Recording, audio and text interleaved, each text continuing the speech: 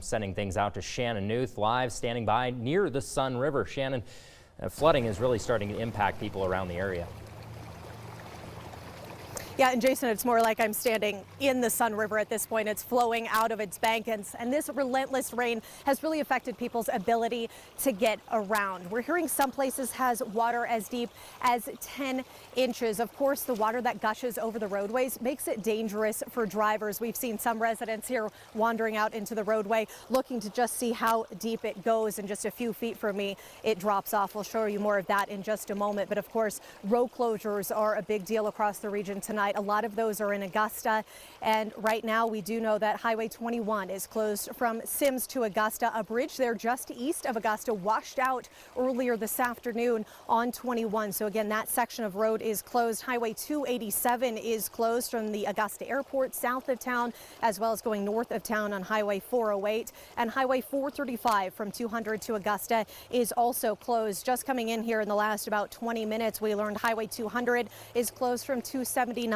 to 287, as well as some closures happening with a culvert out along Rogers Pass. Now, roads aren't the only thing that are being affected by flooding and prompting closures. 4 post offices are also closed. That includes in the town of Augusta, Fort Shaw, Sims, as well as Sun River. Good thing, though, mail is not at risk. Closures also affecting a couple of fishing access sites. That includes the Sun River and Fort Shaw fishing access site, as well as here. We're at the Medicine River fishing access site in Sun River. Water just gushing all the way down. You can see the signs far out there, and just a couple of feet from me is where it drops off, and we're not even on the section of where the road would normally be to turn to get to that fishing access site. Now, Fish, Wildlife and Parks has put up some gates at those closed fishing access sites. Those will remain closed until the Sun River recedes more and they deem it safe for people to get out and enjoy those fishing access sites and recreation on the rivers. Now, we were talking about Augusta earlier, and their residents say the water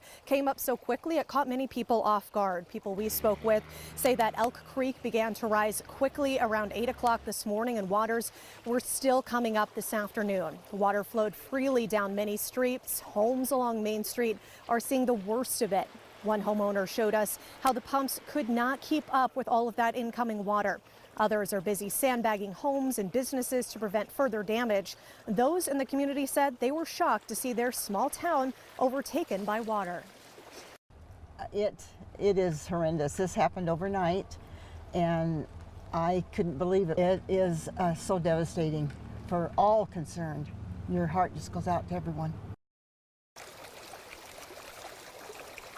Now, in Sims, as well as here in Sun River, people have been prepping their homes and property for this continually rising water. MTN's Kaylee Collins has spent all day here in Sun River. And Kaylee, you've talked with property owners, those who are preparing for continual rising waters. What have you seen today? Yeah, right, Shannon. And Kaylee, as you said, you've been here all day, and the spot where we're standing, it's normally a road. We've seen a few people drive by, and it's risen a lot just in the few hours we've been out here. Whenever I was here at about 1 p.m., you couldn't even see the water from this road. It has risen significantly since then. All right, and of course, Sun River, Augusta, Sims aren't the only areas that are seeing the flooding. Helena area residents are also concerned this evening. 10 Mile Creek is now back above flood stage. The creek is seeing minor flooding in the Helena Valley. It's prompted at least one road closure. Crews shut down McHugh Drive and Egerton Road this morning because of water on the roadway. The Salvation Army has posted on its Facebook page that thousands of pre-filled sandbags are currently available for residents at the Lewis and Clark County Fairgrounds. Of course, we're going to continue to monitor the flooding, the impacts it's having all across central and north central Montana. Many Montanans being affected by this tonight.